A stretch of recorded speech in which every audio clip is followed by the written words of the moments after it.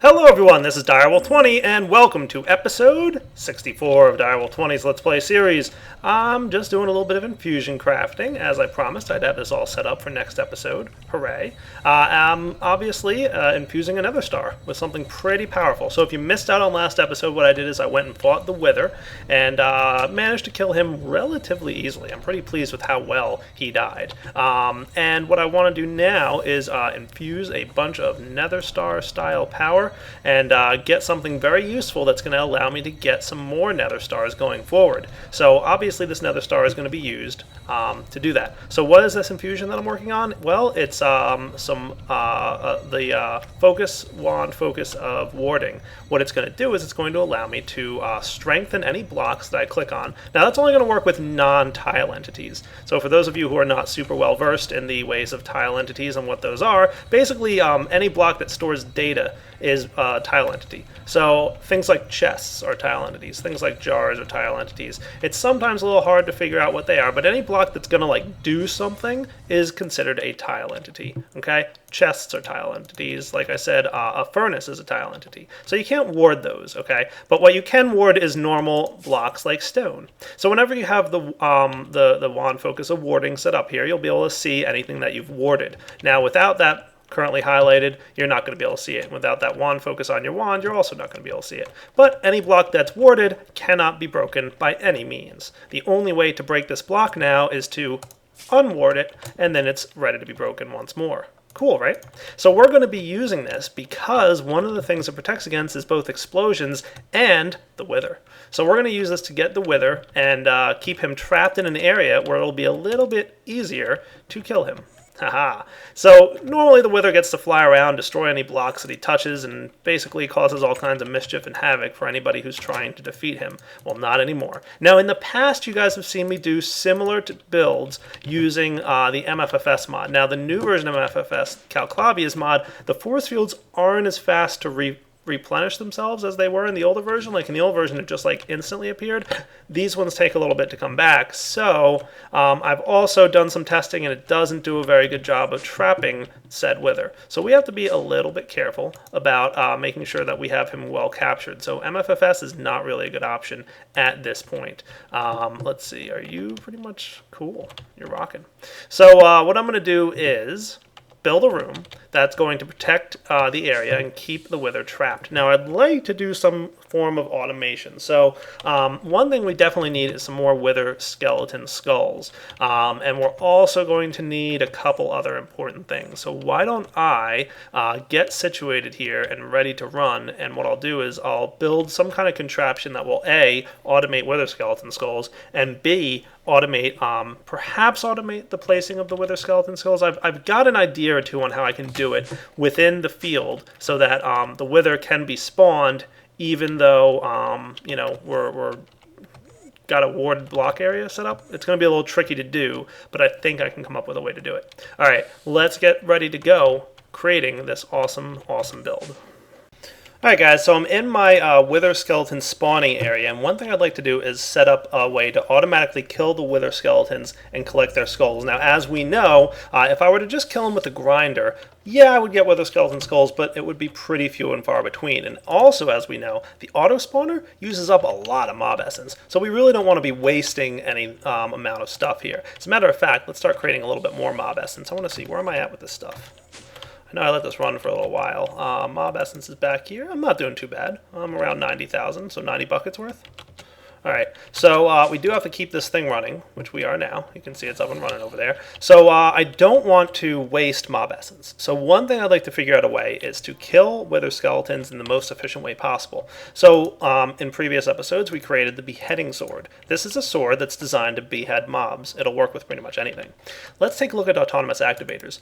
We know that we can automatically right-click with them, but if we want, we can change this to automatically left-click.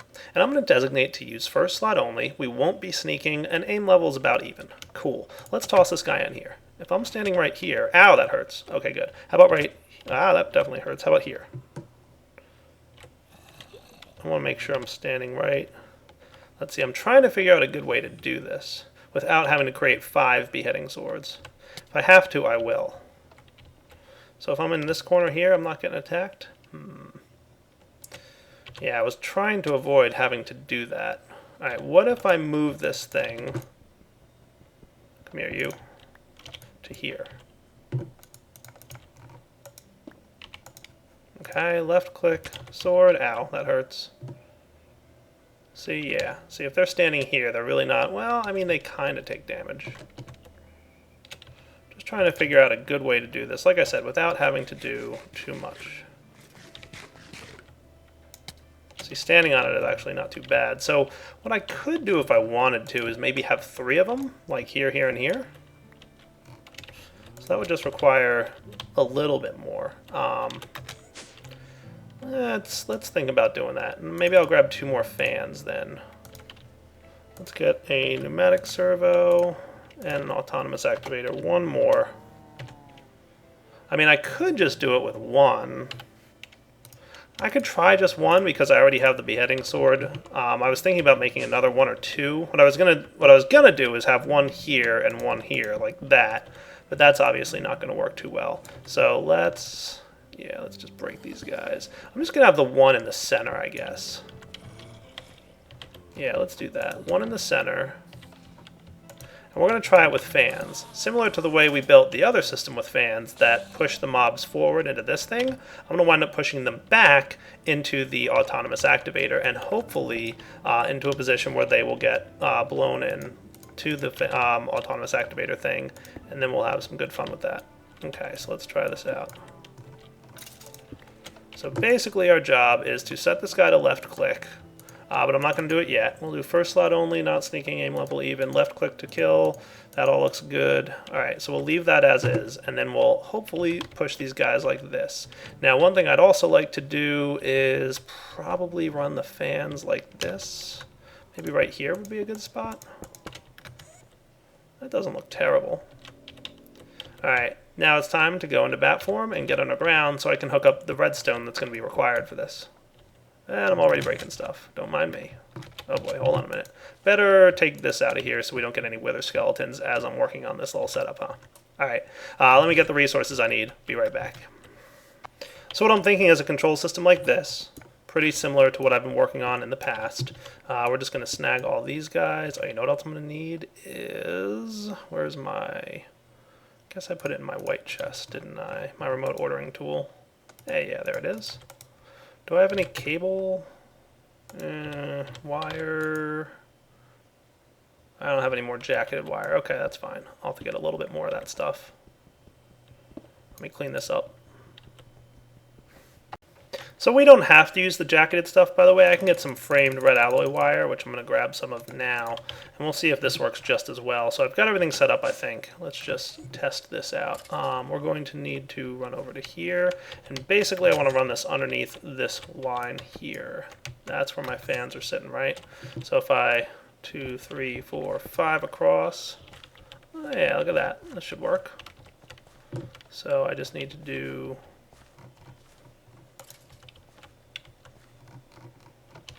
1, 2, 3, 4, 5, and then we'll just do this, and I can probably just put it right here, should be fine. And I believe that this guy should be orange. Yeah, that's the one I made white. So if I set this to orange and then link these up with the spool thread, there we go. So now orange should turn on the fans, right? Oh yeah, look at that. Cool. So it's going to push them back to here. Now I just need to get these fans activated as well on the same orange line. So all I have to do is probably just run this over to here. Well, let me get a couple more signal terminals just because they're so easy to make. Won't hurt. And then just be a little less of a mess underneath. So we'll just grab 2 more terminals. Plus, you know, auto crafting. Like I said, one of these days, probably very soon, maybe this episode, I'll get the wireless access terminal. Those guys are actually very useful. I should get one of them, shouldn't I? It's about time. Alright, so what we're going to want to do is have this guy here set to orange, right?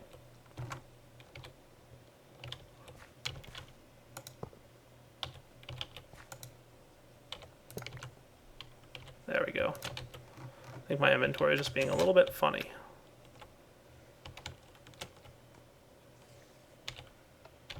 Alright, now it's just a matter of lining these up. So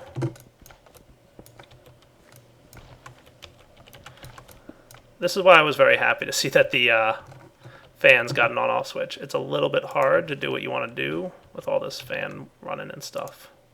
There we go. So now this guy should be blowing me in this direction. Maybe not. Alright, let me play with it a little bit. There we go, now we're talking. Definitely pushing me in the right direction. So like I said, like we found before, it's best to kind of set it up like that right there. So let me do a similar setup over here. I don't really want to encroach upon this area, so let's cover this up. We'll go underneath. So we will have wire U and this guy set to orange.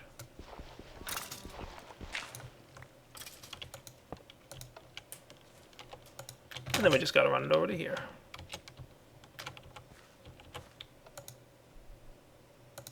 Cool.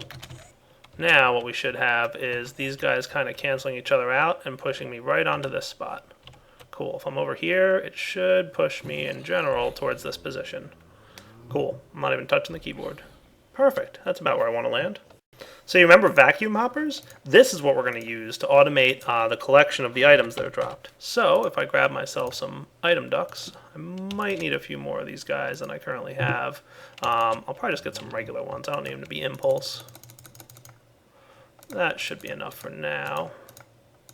And I'm going to set this guy up to pull these items out. I might need a pneumatic servo or two. It's a little funny. Sometimes you need pneumatic, sometimes you don't, and I always forget because every block's different. Some of them automatically output items to an adjacent inventory, some don't, and it's sometimes just a little tricky to remember which one is which. Alright, so let's say that we want a vacuum hopper stored right in the wall back there. And you know what else I'm going to grab while I'm at it is some covers. Maybe hollow stone covers and some stone brick covers. Yeah, that stuff all looks cool. Alright, let's do this. I'm thinking like right here, right? So I'm definitely being pushed in the right direction. Let's turn this off for a minute so that these fans don't mess with me while I'm doing this. Right here ought to be a nice place to do this. And I think, are these covers? I forget if they're covers at this point or not. I don't know that they are. If they're not, it's okay. Again, bat form definitely helps. Yeah, I don't think they're micro parts, so I can't put a cover on that thing, but what I can do is put a cover behind it where I'm going to have the item ducts going through, because item ducts are definitely micro parts. So I can do something like this, which looks pretty cool. Look at that. So that'll look good. Yeah. So he'll collect. We'll go ahead and just pneumatic this dude. And in a minute here, we'll set this guy to ignore redstone, and we want our crescent hammer. I'll set that up in a minute. Let me just run this through the walls, I think, and get it out here to a position where it'll look good. Alright, you know what, guys? While I'm down here working on this whole barrel situation is working, but not working for me. I'm not a huge fan at the moment. I've obviously got a bunch of stuff coming in. Oh, good, I'm collecting miniature red hearts. I wasn't sure if those were going to be collected, but I do want those because those are very useful. What I am doing is filtering out some of the junk here. You can see I've already filtered out a bunch of items and stuff. I don't care. I'm saying to ignore metadata and ignore NBT, which means it'll filter out any type, whether they're enchanted or not, just because I don't really need this junk. But what I would like to do, if I could, is really start collecting stuff a little bit more efficiently without having to go with barrels, because now we're about to collect 3 more types of items over here, and we've just gotten to the point where it's time to switch to an AE style system. But I'm not going to build a traditional system. We're going to build a sub-network. Sub-networks are a really cool and powerful way to use applied energistics. So we're going to show how to do that right now. So in order for this to work, we're going to need another controller. So I know I need another advanced processor, or I don't know, I think I might need, hey, don't I know how to make more than that? Alright, I don't know how to make those guys, so I guess I might as well craft the advanced processors, and then I'll teach the AE system how to make the cooked ones, because I guess I only ever taught it how to make cooked basic ones. So let's see, you got enough for me yet that I can have more than one? I guess what I could just do is throw this in here, snag that guy, and by now I should have another one. Cool. Okay, so you to you encode, and into here you go. Nice. And while we're at it, we'll just throw these guys in here. And I'm going to get, first off, one of the things that's most important for this is the ME power relay. Now I'm going to need some cables and some iron and an energy cell, which is, by the way, you can store applied Energistics energy in energy cells if you're so interested in doing such a thing. So let's go ahead and get that and that. I've got the power relay now. And then we're going to need a controller to go along with this because we have to control the subnetwork. So for that, we're going to need another set of Fluix crystals or 4. Cool. And then, you know what else I'm going to want while I'm down here is just a ME access terminal. So for that, I'm going to need one of those conversion matrix dudes, which I know is a little bit complicated to craft, so that's why it's in the AE system. What else am I going to need? I'm going to need an interface. I know that much. Yeah, I know what I'm going to do. I'm going to come up with a really cool design for this for you guys. So let's get an interface. And why don't I give you guys a little example of how a subnetwork can work. So let's take a look at this. What I'm going to do is grab the cables that I've got. And what I should probably get is a disk drive. Not that disk drive. The ME drive. That one. Yeah. Cook up a few of these because I know I'm going to need them anyway. And I'm also going to need, like, let's get a 4K storage unit after the basics are done coming out. You guys done yet? There we go. Drive. 4K. All right, cool. All right, while I'm cooking up one of these 4Ks, I'll show you how to set this up. So subnetworks are very cool. Oh, you know what else I'm going to need is a storage bus. This is like the main way to get this to work. So you can set up one of these guys. You can run your cabling just like you're hooking up to something else, but we want to plug that into a power relay, okay? This power relay can distribute power to other AE-style systems like an ME controller. And you'll know that the ME controller is receiving power from a power relay because it'll have this blue line here instead of the red and green. So this is really indicating to you that this is somehow set up on a subnetwork. Okay, very cool looking and pretty much the way this is going to function. Now, I requested an interface. Did you finish crafting that yet? Interface. Cool, because that's another important part. So let's put down the ME disk drive here. Okay, and what I'm going to do is I'm going to also get I've got my cables. You know, let me steal all the cables out of here that I've got. And do I have that 4K unit yet? It's still cooking, it looks like. Yeah, it's almost done. So while that goes, I'll place down the interface and the access terminal. Okay, you and you. Okay, so here's the deal. We've got a pretty basic system set up. So this is a subnetwork, okay? Anything that goes into the subnetwork is completely separate from this network. So these guys can't talk to each other at all. They're just right now pretty much sharing power, okay? And once I've got my 4K drive here almost done, it's still cooking up a couple things. There we go, 4K drive, toss that guy into here, and cool. Now I can store stuff in here, right? So I've got my cables in here. Obviously, this ME terminal can't access this guy. So if I look for cables, we'll see that there are none. Now here's where the stuff gets really cool. If we go ahead and, you know, take this thing and we connect it up like so here, and then we attach a storage bus to the back of our interface, what this does is it basically allows the main network to talk to this guy. So if we look over here and say, hey, by the way, how many cables do we have? Oh, we've got 18 cables. Cool. Now what's cooler about this is let's get ourselves a partition editor. This is going to be pretty important for what we're about to do anyway, so let's do this. Conversion matrix, I know I need one of those. And while that's crafting, I'll throw together a crafting table because that's part of the ingredients here. You go here, and conversion matrix, come on now, there it is. Cool. Partition editors allow you to define what's allowed to be stored and stuff. So for example, I've got this 4K storage unit. I can place it in the partition editor right here. And there's a bunch of different things. You can say what's allowed to be stored in these storage units. So for now, I'm just going to configure it based on the currently stored items, which means this guy's allowed to store all this stuff. Cool. All right, so let's take a look.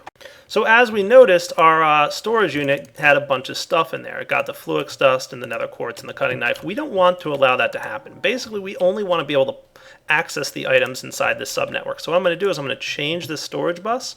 Okay, there's a bunch of different things you can do with it. What I'm going to do is I'm going to set it to extract only mode, which means even though now, right, like, let's take a look real quick. If I put it back in bidirectional mode and I go to place this quartz cutting knife and nether quartz and flux dust in here, okay, because this is partitioned, it's going to accept those by default and it's going to take them in.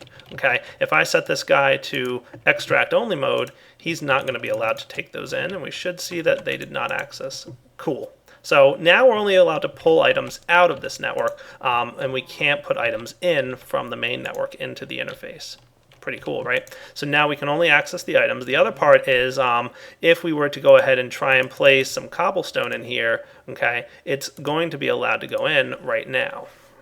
But once I place this formatted disk in here and I say you're only allowed to accept ME cable and format it, okay, now you'll see that in the mouse over, it's partitioned allow precise. So if I put this guy back in here, he's only allowed to accept ME cabling, and he won't accept cobblestone. I can't place that in there. Even if I place the cobblestone in the ME interface, it won't get inserted into the ME drive, and it can't go back into this network. So we still have access to the cables, but the cobblestone is not being stored in any of these drives in the main network. So by setting it up in this way, we've basically got a little subnetwork where we can access the items in it from our main network right up here, but we can't get items flowing into this network, and this network can't put items into this network. So it's very cool. So what I'm going to do is set this up in the basement so that all my mob drop items here are stored in this subnetwork. I'll have access to them from upstairs, but they won't be able to filter their way up into this ME drive, so that if these drives ever fill up, then it won't start clogging up my main system. Sound like a fun build? Let's put it together for real now. Alright, looks like I found a nice little path that leads back to my area here. Let's see, I'm sneaking behind my burner, and I'm behind this area here, and this should lead straight up into here. So if I come down, come on now.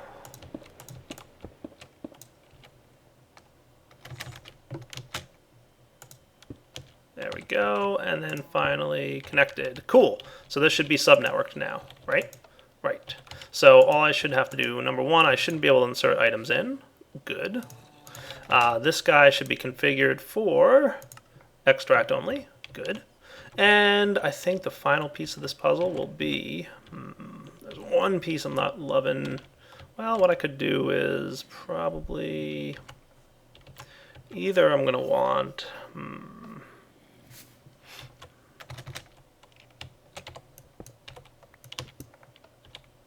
suppose I could throw another interface on the back of this thing, couldn't I? Yeah, I guess that would probably be the easiest way to do it. So let's just get one more interface, just to make it look clean and compact. Do I need a second interface? Not technically. I could run impulse item ducts into the existing interface, but if I make another one, then those the item ducts and everything else will be hidden behind the wall, and it'll just look a little nicer. So that should be cooking up. There it is. So I'm just going to do this. If I plop this interface right here, and then we can just item duct right into it. And then anything that comes out of the mob spawner thing will get input into the item duct and into there, and everybody's happy. Cool. So if we put this in there, one other thing I'd like to cook up, I'd like to make at least one more. I'd like a 16K, please, and I'd like some 4Ks. Maybe 3 of them. That'll take a while to cook, so I'll come back in a minute when it's done. But, long story short, we should be good to go now. I just want to wait for that 16K to come in before I start running this. So give me a few minutes here. I'm just going to clean up some stuff behind the walls and wait for that stuff to cook. Alright, so what I'm doing, guys, is I'm behind the walls and everything here. I'm kind of like running these item ducts such that I connect my emerald thing into the item ducts that go to the interface, like that. There we go. So now emeralds will also go into the interface, like they lead back behind the mob grinders. And I'm going to do the same thing for the skeletons. So I don't actually need these guys anymore. I was going to run it this way, and then I said, you know what? I've got so much stuff I'm collecting down here anymore. Let's just forget this whole mess, and we're going to do it this way. So I should be able to dig through here. Might have to dig back a little further. Cursed Earth, what are you doing this far up? Maybe, yeah, that makes sense. Alright, let me find my way to where I want to be. Alright, this doesn't look too bad. I'll just connect this up like that, and then it should be good. Now, because everything's an output over here, like all this stuff, this is an output, nothing should be allowed to bounce into any of these machines, so I think we'll be good. I just have to activate that thing in a minute there. I'll get to that. For now, it should be good. The only thing I haven't done yet is configure this guy for pull out the items mode, which I'll do in a minute. So if we come here and I just snag all this stuff out of here, because none of that should ever exist, let's see how my storage units are doing. Are we done crafting yet, guys? We're still working on a 16. How are we for 4s? Almost done. So here's a good use of a partition editor. I know I'm going to be getting a ton of gunpowder and rotten flesh and zombie brains and spider eyes and skeleton bones and ender pearls and arrows and string, right? 1, 2, 3, 4, 5, 6, 7, 8. And that's how many barrels I had? 1, 2, 3, 4, 5, 6, 7, 8. Cool. So if I partition edit this and format it so that those are the only items allowed in, then any items that match that set will be stored in there. So for example, if I place these items, anything other than those items, so for example, a bow and arrow, boom, you go in there. What we should see is it gets stored in this one. It did not get allowed to be placed in here, even though that's the first one in the slot. Okay, so it went into here instead, because these are the items that we want to have stored in low storage, because we know we're going to have multiple types of them, and a lot of them. Meanwhile, all the other stuff, these guys, now that's orange. See how that's orange? Because we've maxed out the types of items that are allowed in there. Remember, orange means that we've limited the number of types. There's only 8 types that are allowed in there, and we've maxed them all out, so no new types of items are allowed, but we have plenty of storage for all the other stuff. So this is a very efficient way to build this system. So next off, why don't I fill it up with all the junk that I've collected thus far. So come here, all you guys. Cool. You're going in there. Thank you.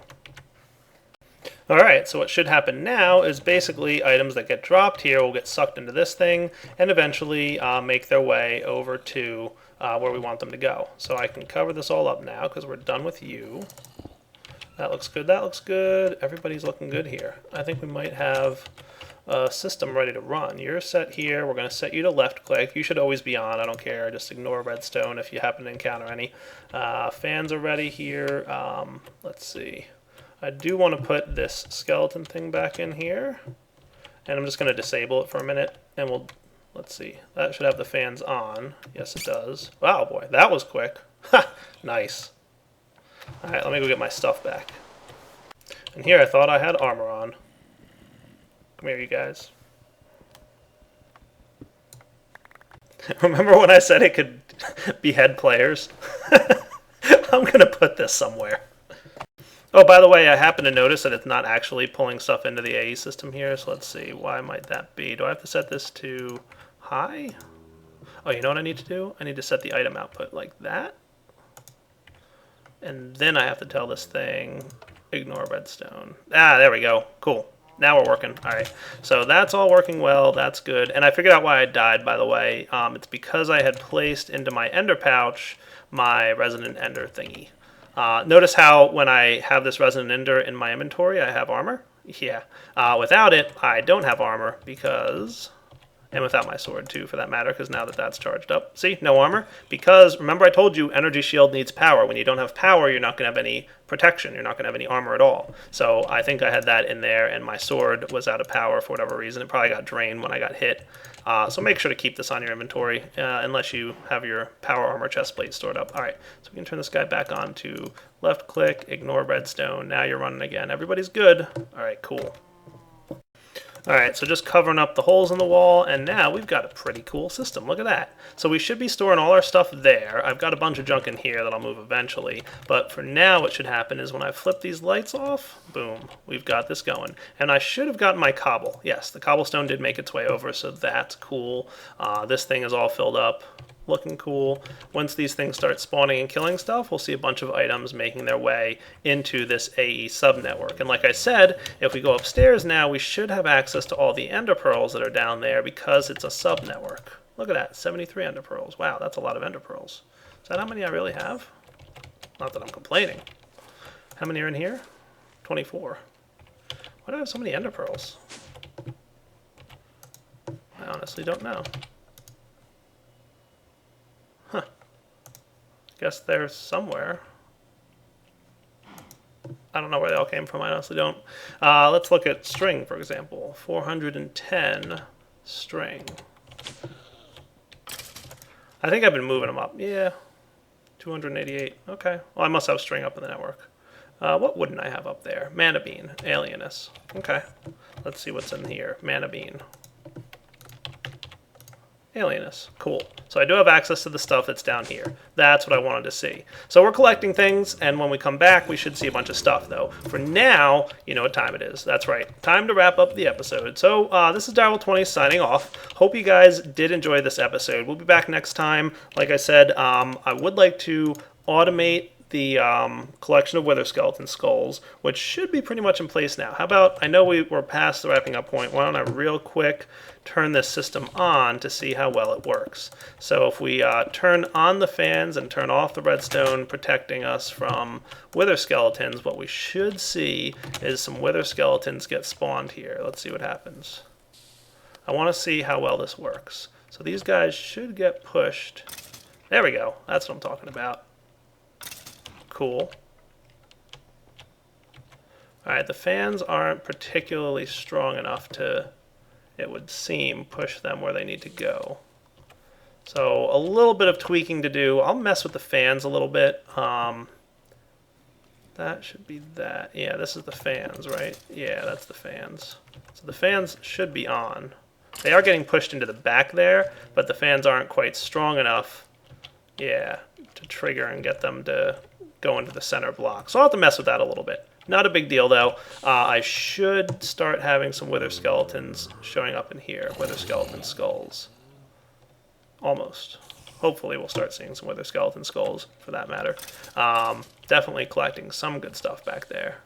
Cool.